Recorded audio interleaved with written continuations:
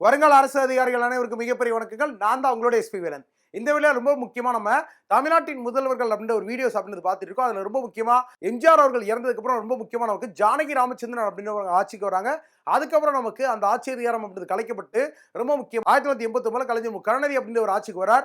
அவருக்கு என்ன மாதிரியான சட்டங்கள் அப்படின்றது கொண்டு வந்தார். அதுக்கப்புறம் 1991 நமக்கு அந்த ஆட்சி கலைக்கப்பட்டு 1991 எலெக்ஷன் நடத்தப்பட்டு ஜெயலலிதா அப்படின்றவங்க ஆட்சிக்கு வராங்க. அவங்க என்ன மாதிரியான சட்டங்கள் கொண்டு வந்தாங்க அப்படின்றத டீட்டெயிலாக பார்க்க போறோம். ஸோ இந்த வீடியோ அப்படின்றது கண்டிப்பாக உங்களோட எக்ஸாமுக்கு யூஸ்ஃபுல்லாக இருக்கும்னு நினைக்கிறேன். ஸோ உங்களை மாதிரியே படிச்சிருக்கக்கூடிய எல்லா ஆஸ்பிரன்ஸ்க்கும் இந்த வீடியோ அப்படின்றத ஷேர் பண்ணி விடுங்க. முக்கியமாக வீடியோ லைக் பண்ணி விட்டு பாருங்க. நம்ம வரண்ட ரேஸ்ல வரக்கூடிய டிஎன்பிசி எக்ஸாம் எஸ்ஐ எக்ஸாம்லாம் பக்காவாக ப்ரிப்பரேஷன் அப்படின்றது பண்ணணும் அப்படின்னு உங்களுக்கு இன்ட்ரெஸ்ட் இருந்துச்சு அப்படின்னா நம்ம வீடியோ கீழே வெப்சைட் லிங்க் அப்படி இருக்கு. அதை கிளிக் பண்ணி என்ரோல் பண்ணிக்கோங்க. நம்ம வரண்டா டீம் அப்படின்னு உங்களுக்கு கால் பண்ணுவாங்க. வாங்க நம்ம வீடியோக்குள்ள போகலாம். இப்படி இருக்கும் பொழுது நம்ம எம்ஜிஆர் அவர்கள் அப்படின்றவர் 1987 வருஷம் நமக்கு மரணம் அடைஞ்சார் அப்படின்னு சொல்லி பார்த்துருந்தோம். இப்போ நமக்கு ஜனவரி 7 1988 இருந்து ஜனவரி 30 1988 வரைக்கும் நமக்கு கிட்டத்தட்ட ஒரு 23 நாட்கள் யார் முதல்வராக இருக்காங்க அப்படின்னா ஜானகி ராமச்சந்திரன் அப்படின்னு முதல்வராக இருக்காங்க. ஜானகி ராமச்சந்திரன் அவர்கள் யாரும் சொல்லி பார்க்கும் நம்மளோட எம்ஜிஆர் இருக்கார்ல, அவரோட மனைவி தான் ஜானகி ராமச்சந்திரன். அவர் தான் நமக்கு முதல்வராக இருக்கிறாங்க. இப்போ ரொம்ப முக்கியமா இவங்களை பத்தி சொல்லணும் அப்படின்னா she was the first women CM of Tamil Nadu அப்படின்றது ரொம்ப முக்கியமான. அதாவது தமிழ்நாட்டோட முதல் பெண் முதலமைச்சர் யாருன்னு சொல்லி கேட்கும்போது நமக்கு ஜானகி ராமச்சந்திரன் அவர்கள் தான். ஜனவரி 7 1988 இருந்து ஜனவரி 30 1988 வரைக்கும் கிட்டத்தட்ட ஒரு 23 நாட்கள் அப்படின்றது ஆட்சி அதிகாரத்தில் இருந்திருக்காங்க. இப்படி இருக்கும்பொழுது இந்த சட்டமன்றம் அப்படின்றது கூடும் பொழுது இந்த கட்சிக்குள்ள ரெண்டு பிரிவினர்களா சண்டை அப்படின்றது உருவாகுது. அதாவது ஜானகி ராமச்சந்திரன் பக்கம் ஒரு டீம் அப்படின்றதும் ஜெயலலிதா அம்மையார் அப்படின்னு பக்கம் ஒரு டீம் அப்படின்றது உருவாகி சட்டமன்றத்துக்குள்ள ஒரு சண்டை அப்படின்றது உருவாகும் பொழுது சட்டமன்றத்தில் நிறைய பிரச்சனைகள் வரும் பொழுது இங்க கவர்னர்ஸ் ரூல் அப்படின்னு சொல்லக்கூடிய பிரசிடென்ட் ரூல் அப்படின்றது நமக்கு ஆர்டிகல் 356 அப்படின்றது அமல்படுத்தி பிரசிடென்ட் ரூல் அப்படின்றது நமக்கு போடப்பட்டு இந்த ஆட்சி அதிகாரம் அப்படின்றது கலைக்கப்படுது. இந்த ஆட்சி அதிகாரம் அப்படின்றது வந்து பார்த்தீங்கன்னா நமக்கு ஜனவரி 30 1988 இருந்து ஜனவரி 27 1989 வரைக்கும் கிட்டத்தட்ட 322 நாள் அப்படின்றது 362 கிட்டத்தட்ட ஒரு வருஷம் அப்படின்றது நமக்கு பிரசிடென்ட் ரூல் அப்படின்னு சொல்லக்கூடிய நமக்கு நடைமுறையில் நம்ம தமிழ்நாட்டில் இருந்திருக்கு. ஸோ இந்த காலகட்டத்துக்கு அப்புறம் நமக்கு 1989 1989 வருஷம் நமக்கு எலெக்ஷன் அப்படின்றது நடக்குது. 1989 இருந்து நடந்துச்சு அப்படின்னா 1994 வரைக்கும் கிட்டத்தட்ட 5 வருஷம் அப்படின்றது நமக்கு ஆட்சி அதிகாரம் இருக்குது. ஆனால் 1989 இருந்து நமக்கு 1991 வரைக்கும் தான் நமக்கு ஆட்சி அதிகாரம் அப்படின்றது கலைஞர் கருணாநிதி அப்படின்றவர் பண்றார். ஏன்னா 1989 திராவிட முன்னேற்ற கழகம் அப்படின்ற ஒரு கட்சி அதான் நம்ம வந்து பார்த்திருப்போம். 1976 வரைக்கும் கலைஞர் கருணாநிதி ரூல் பண்ணார். அதுக்கப்புறம் எமர்ஜென்சி போடப்பட்டு அவரோட ஆட்சி அதிகாரம் கலைக்கப்பட்டுச்சு. அதுக்கப்புறம் எம்ஜிஆர் ஆட்சிக்கு வந்துட்டாங்க. எம்ஜிஆர் ஆட்சிக்கு வந்து 1977 இருந்து 1989 தான் நமக்கு அடுத்த டிஎம்கே அப்படின்ற கட்சியை நமக்கு ஜெயிச்சு மீண்டும் முதல்வராக நமக்கு கலைஞர் கருணாநிதி அவர்கள் ஆட்சிக்கு வராங்க. இப்போ இவரோட ஆட்சி காலம் அப்படிதான் 1994 வரைக்கும் இருக்கு. ஆனா 1991 கலைக்கப்பட்டுருச்சு. மே மாசம் கலைக்கப்பட்டுச்சு. ஏன்னு சொல்லி பார்க்கும்போது இந்த நேரத்தில் தான் நமக்கு தமிழ்நாட்டில் சில துப்பாக்கி சூடுகள் அப்படின்றது நடந்திருக்கும். அதில் விடுதலை புலிகளின் தலைவர் பிரபாகரன் அப்படின்றவர் ஈடுபட்டிருக்கார். ஆனால் அவரை வந்து கருணாநிதி அவர்கள் தப்பிக்க வச்சிட்டாங்க. அப்போ இந்த மாதிரி இலங்கையில் நடக்கக்கூடிய இந்த மாதிரி பிரச்சனைகள் இந்த மாதிரி விடுதலை புலிகளுக்கெல்லாம் கருணாநிதி ஆதரவா இருக்காருன்னு சொல்லிட்டு இங்க கருணாநிதி அவர்களின் ஆட்சி அப்படின்றது கலைக்கப்பட்டு மறுபடியும் நமக்கு பிரசிடென்ட் ரூல் அப்படின்றது ஆர்டிகல் 356 கீழே நமக்கு கவர்னரின் ஆட்சி அப்படின்றது ஜனவரி 30 1991 இருந்து ஜூன் 23 1991 கிட்டத்தட்ட ஒரு 140 நாட்கள் அப்படின்றது மறுபடியும் நமக்கு கவர்னர்ஸ் ரூல் அப்படின்றது கவர்னரின் ஆட்சி அப்படின்றது நமக்கு தமிழ்நாட்டில் கொண்டு வரப்படுது. ஸோ இந்த காலகட்டத்தில் ஆனால் இவர் ரூல் பண்ண 1989 இருந்து நமக்கு கிட்டத்தட்ட மார்ச் மாதம் 1991 வரைக்கும் ரூல் பண்ண இந்த ஆட்சி காலத்தில் நமக்கு என்ன மாதிரியான சட்டங்கள் கொண்டு வந்தாங்கன்னு சொல்லி பார்க்கும்போது ரொம்ப முக்கியமாக கலைஞர் கருணாநிதி அவர்கள் வாட்டர் போர்டு குடிநீர் வாரியம் அப்படின்றது இந்த காலத்தில் தான் நமக்கு தமிழ்நாட்டில் உருவாக்கப்பட்டிருக்கு. அதுபோக நமக்கு ரொம்ப முக்கியமா மூலூர் ராமாமிர்தம் அம்மையார் அவர்களோட பேர்ல நமக்கு ஒரு நினைவு திருமண ஊதிய சட்டம் உதவி சட்டம் அப்படின்னு நமக்கு வந்து கொண்டு வரப்பட்டிருக்கு. இந்த சட்டம் அப்படின்னா ரீசெண்டா வந்து பார்த்தீங்கன்னா நமக்கு பெண்கள் உயர்கல்வி சட்டமா நமக்கு மாற்றப்பட்டிருக்கு. இந்த மூலூர் ராமாமிர்தம் அம்மையார் நினைவு உதவி திருமண சட்டம் அப்படின்றத நமக்கு இப்போ மாத்திருக்காங்க. அதுவும் ரொம்ப முக்கியமானது. அடுத்து நமக்கு முத்துலட்சுமி ரெட்டி மகப்பேறு உதவி திட்டம் அப்படின்னு சொல்லக்கூடிய மேட்டர்னிட்டி பெனிஃபிட் ஸ்கீம் அப்படின்றது முத்துலட்சுமி அவர்களின் பெயர்ல இந்த காலத்துல தான் நமக்கு உருவாக்கப்பட்டிருக்கு. ரெண்டும் ரொம்ப முக்கியமான சட்டங்கள், நோட் பண்ணி வச்சுக்கோங்க. அது மட்டும் இல்லாமல் ரொம்ப முக்கியமா பெண்களுக்கு சொத்துரிமை சட்டம் அப்படின்றது இந்தியாவிலே ஃபர்ஸ்ட் நம்ம தமிழ்நாட்டில் தான் பெண்களுக்கு 50% 50% அப்படின்றது பெண்களுக்கு சொத்துல சமபங்கு உரிமை கொடுக்கக்கூடிய பெண்கள் சொத்துரிமை சட்டம் அப்படின்றது நமக்கு வந்து வழங்கப்படக்கூடியதா இருக்கு இந்த காலகட்டத்தில். அது மட்டும் இல்லாமல் இப்போ நம்ம ஆல்ரெடி பார்த்துருப்போம் எம்ஜிஆர் அவர்களின் ஆட்சி காலத்து வீடியோஸ்லேயே பார்த்துருப்போம்.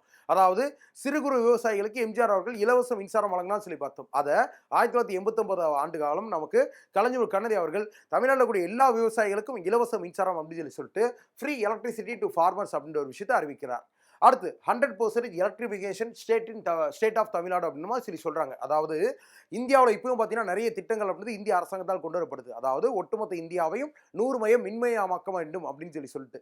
ஆனால் அந்த நேரத்தில் நமக்கு 1989 அந்த காலகட்டத்திலே நமக்கு 100% எலக்ட்ரிஃபிகேஷன் ஸ்டேட்டாக தமிழ்நாடு அப்படின்னு மாறி இருக்கு. அதாவது முழுக்க முழுக்க 100% மின்மயமாக்கப்பட்ட ஒரு மாநிலமா தமிழ்நாடு அப்படின்னு மாற்றப்பட்டிருக்கு இந்த காலகட்டத்தில். அடுத்து ரிசர்வேஷன் டு உமன்ஸ், அதாவது 30% இடஒதுக்கீடு அப்படின்றது பெண்களுக்கு தனியாக வழங்கப்பட்டுச்சு இந்த ஆட்சி காலத்தில். அடுத்து நமக்கு சுய உதவி குழுக்கள் அப்படின்னு சொல்லக்கூடிய செல்ஃப் ஹெல்ப் குரூப்ஸ் அப்படின்னு சொல்லுவாங்க. இந்த சுய உதவி குழுக்கள் அப்படின்றது முதல்ல நமக்கு எங்க தொடங்கப்பட்டுச்சு அப்படின்னா தருமபுரியில நமக்கு முதல்ல இவரோட ஆட்சி காலத்தில் தொடங்கப்பட்டிருக்கு. அப்புறம் நமக்கு வெட்டினரி யூனிவர்சிட்டி, அதாவது கால்நடை பல்கலைக்கழகம் அப்படின்னு சொல்லலாமா, இந்தியாவிலே வந்து ஆசிய கண்டத்திலே வந்து பார்த்தீங்கன்னா ரொம்ப முக்கியமா நம்ம இந்தியாவில் சென்னையில தான் நமக்கு தமிழ்நாடு அரசாங்கத்தால் ஃபர்ஸ்ட் வெட்டினரி யூனிவர்சிட்டி, அதாவது முதல் கால்நடை பல்கலைக்கழகம் ஆசியாவிலே முதல்ல இங்கே தான் நமக்கு தொடங்கப்பட்டிருக்கு. அடுத்து இதே ஆண்டு காலத்தில் தான் நமக்கு இந்த வன்னியர் சங்கம் அப்படின்னவங்க ஒரு மிகப்பெரும் போராட்டம் அப்படின்னு முன்னெடுப்பாங்க. அதாவது அவங்களுக்கு தனி இடஒதுக்கீடு வேணும் அப்படின்ற மாதிரி ஒரு போராட்டம் முன்னெடுப்பாங்க.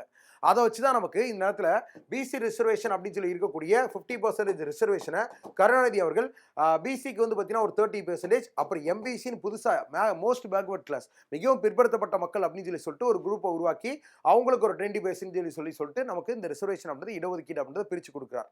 அப்போ பிசிக்கு 30ஆகவும் எம்பிசிக்கு 20ஆகவும் ரிசர்வேஷன் அப்படின்றது கொடுக்கப்படுது இந்த காலத்தில். அது மட்டும் இல்லாம புதுசா எஸ்டி கம்யூனிட்டி ஷெட்யூல்டு ட்ரைப்ஸ் சொல்லக்கூடிய பழங்குடியின மக்களின் நலனுக்காக அவங்களுக்கு 1% இடஒதுக்கீடு 1% ரிசர்வேஷன் அப்படின்றதும் இந்த ஆட்சி காலத்தில் நமக்கு வழங்கப்படக்கூடியதா இருக்குது. கருணாநிதி அவர்கள் 1989 91 வரைக்கும் ஆண்டு காலத்தில் 1989 91 வரைக்கும் ரூல் பண்ண பீரியட்ல. அடுத்து நமக்கு எலெக்ஷன் அப்படின்றது இப்போ 1991 மார்ச் மாசம் கருணாநிதி அவர்களின் ஆட்சி கலைக்கப்பட்டுச்சுன்னு சொல்லி பார்த்தோம். அப்போ அந்த வருஷம் மறுபடியும் நமக்கு எலெக்ஷன் அப்படின்றது வருது. இப்போ ஏஐஏடிஎம்கே அனைத்து இந்திய அண்ணா திராவிட முன்னேற்ற கழகம் அப்படின்ற கட்சி யாரோட அதிகாரத்தில் இருக்கு அப்படின்னு பார்க்கும்போது நமக்கு ஜெயலலிதா அப்படின்ற அம்மாவோட கையில இருக்குது. அப்படி இருக்கும்போது 1991 நடக்கக்கூடிய எலெக்ஷன்ல ஜெயலலிதா அப்படின்னவங்க நமக்கு ஏஐஏடிஎம்கே அப்படின்ற ஒரு கட்சியின் மூலியமா ஒரு மிகப்பெரும் வெற்றி அப்படின்றது கிட்டத்தட்ட 234 தொகுதியில 230 தொகுதிகள் அப்படின்றது ஒரு மிகப்பெரும் மாபெரும் வெற்றி அப்படின்றது பெற்று முதல்ல நமக்கு ஜெயலலிதா அப்படின்னவங்க ஃபர்ஸ்ட் அவங்களோட டேர்ம்ல அவங்களோட வாழ்க்கையில முதல்ல சிஎம்மா மாறுற பொறுப்பு இருக்கிறாங்க. இப்படி இருக்கும் பொழுது ஜெயலலிதா அவர்கள் கொண்டு வந்த திட்டங்கள்னு சொல்லி பார்க்கும்போது ரொம்ப முக்கியமான ஒரு திட்டமா 1992 எக்ஸாம்ல ரிப்பீட்டா கேட்கக்கூடிய கிராடில் பேபி ஸ்கீம், அதாவது தொட்டில் குழந்தை திட்டம் அப்படின்னு ஒரு திட்டம் சொல்லுவாங்க. தொட்டில் குழந்தை திட்டம் கொண்டு வரப்பட்டதுக்கு முக்கியமான காரணமே என்ன அப்படின்னு சொல்லி பார்க்கும்பொழுது அந்த காலத்தில் இந்த பெண் குழந்தைகள்லாம் பிறந்தாங்க, இல்லாட்டி பெண் குழந்தைகள் வந்து கருவில் இருக்கும் பொழுதே வந்து நிறைய பேர் கொண்டுருவாங்க. ஏன்னா பெண் குழந்தை பிறந்துச்சுன்னா நிறைய செலவு இருக்கும், அந்த மாதிரி நிறைய படிக்க வைக்கணும், கல்யாணம் பண்ணி வைக்கணும், அதுக்கு செலவு பண்ணணும் அப்படின்னு சொல்லிட்டு பெண் குழந்தைகள் அப்படின்றது அந்த காலத்தில் கொல்லப்பட்டிருக்காங்க.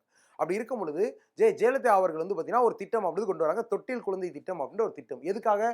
பெண் குழந்தைகளை கொல்லாதீங்க, உங்களுக்கு வளர்க்க இன்ட்ரெஸ்ட் இல்லை அப்படின்னா நீங்கள் வந்து அரசாங்கத்தை கொடுத்துருங்க, அரசாங்கம் வந்து யாருக்கு தேவையோ அவங்கள்ட்ட கொடுத்து அதை வளர்த்துக்கும், அந்த பெண்களுக்கு கல்வி கொடுத்து அவங்களை வந்து சமுதாயத்தில் ஒரு உயர்ந்த பெண்மணியாக கொண்டு வரதுக்காக அரசாங்கம் முன்னெடுக்கும் அப்படின்னு சொல்லிட்டு to eradicate the women infanticide, அதாவது பெண் குழந்தைகள் சிசுக்கொலை அப்படின்றது இருக்கா அதை தடுக்கிறதுக்காக கொண்டு வரப்பட்ட இந்த திட்டம் தான் இந்த கிராடல் பேபி ஸ்கீம், அதாவது தொட்டில் குழந்தை திட்டம் அப்படின்றது ரொம்ப ரொம்ப முக்கியமானது. இது ஃபர்ஸ்ட் எங்கே கொண்டு வந்தாங்க அப்படின்னா ஃபர்ஸ்ட் நமக்கு சேலம் அப்படின்ற ஊரில் தான் நமக்கு இந்த கிராடல் பேபி ஸ்கீம் தொட்டில் குழந்தை திட்டம் அப்படின்றது 1992 வருஷம் நமக்கு கொண்டு வரப்பட்டிருக்கு.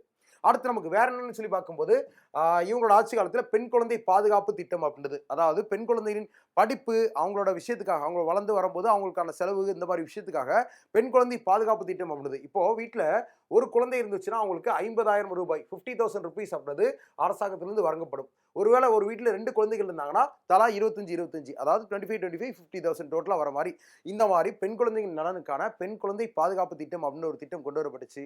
அது மட்டும் இல்லாமல் விமென் போலீஸ் ஸ்டேஷன்ஸ், அது வரைக்கும் இந்த தமிழ்நாட்டில் வந்து பார்த்தீங்கன்னா பெண்களுக்குன்னு தனியாக காவல் நிலையங்கள் அப்படின்றது கிடையாது. ஸோ இவங்களோட ஆட்சி காலத்தில் 1991 96 இந்த ஜெயலலிதா அவர்களின் ஆட்சி காலத்தில் பெண்களுக்கான காவல் நிலையங்கள் விமென் போலீஸ் ஸ்டேஷன் அப்படின்றது உருவாக்கப்பட்டுச்சு. அது போக நமக்கு ரொம்ப முக்கியம் 1994 வருஷம் நவம்பர் மாதம் நமக்கு 76th கான்ஸ்டிடியூஷனல் அமெண்ட்மெண்ட் ஆக்ட் அப்படின்றது கொண்டு வரப்பட்டுச்சு.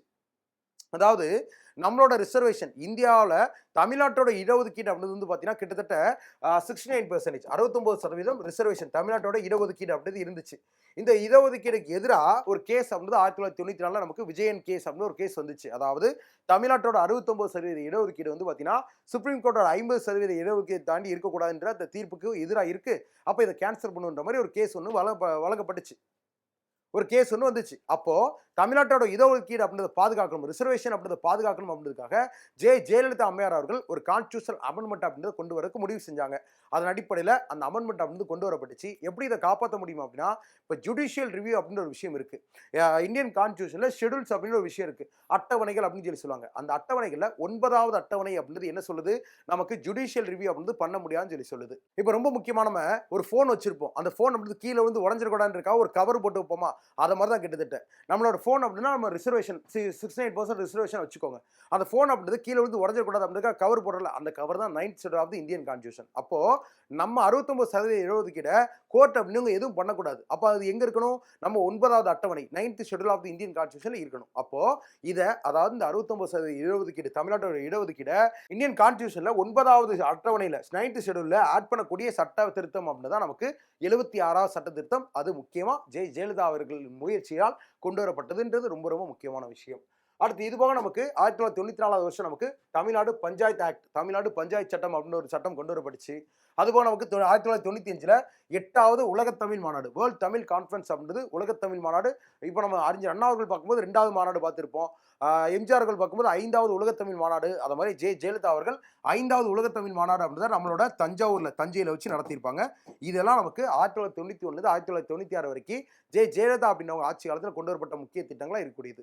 இப்போ நமக்கு 1996 அடுத்த எலெக்ஷன் அப்படின்னு தான் இப்போ வருது. அந்த எலெக்ஷன்ல யார் ஜெயிச்சிரா அப்படின்னா திராவிட முன்னேற்ற கழகம் சொல்லக்கூடிய டிஎம்கே அப்படின்ற கட்சி ஜெயிச்சுட்டு மீண்டும் முதல்வராக நமக்கு கலைஞர் கருணாநிதி அவர்கள் ஆட்சி பொறுப்புக்கு வந்துடுறாங்க. அப்போ 1996 இருந்து 2001 வரைக்கும் கலைஞர் கருணாநிதி அவர்கள் என்ன மாதிரியான சட்டங்கள்லாம் கொண்டு வந்தாங்க, அதுக்கப்புறம் எலெக்ஷன் வந்து மறுபடியும் ஜெயலலிதா அவர்கள் முதல்வராக வந்து என்ன மாதிரியான சட்டங்கள் கொண்டு வந்தாங்க அப்படின்றத நம்ம நெக்ஸ்ட் வீடியோல இன்னும் டீட்டெயிலாக பார்க்கலாம். இந்த வீடியோஸ் வந்து கண்டிப்பாக உங்களுக்கு வரக்கூடிய எஸ்ஐ எக்ஸாம்லையும் சப் இன்ஸ்பெக்டர் எக்ஸாம்லையும் டிஎன்பிஎஸ்சி எக்ஸாம்லையும் யூஸ்ஃபுல்லாக இருக்கும்னு நினைக்கிறேன். ஸோ உங்களை மாதிரி படிச்சிருக்கக்கூடிய எல்லாருக்கும் இந்த வீடியோ ஷேர் பண்ணி விட்டு இதை மாதிரி இன்னொரு நல்ல வீடியோ சந்திப்போம். தேங்க்யூ, பாய்.